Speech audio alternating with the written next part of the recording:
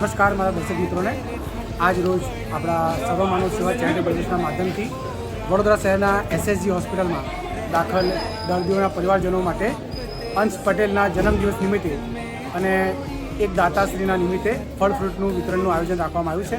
એ બદલ હું એમનો ખૂબ ખૂબ આભાર વ્યક્ત કરું છું।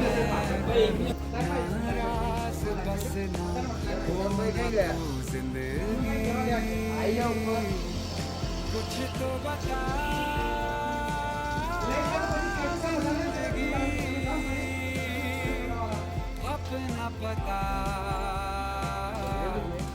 जिंदगी कुछ तो बता जिंदगी अपना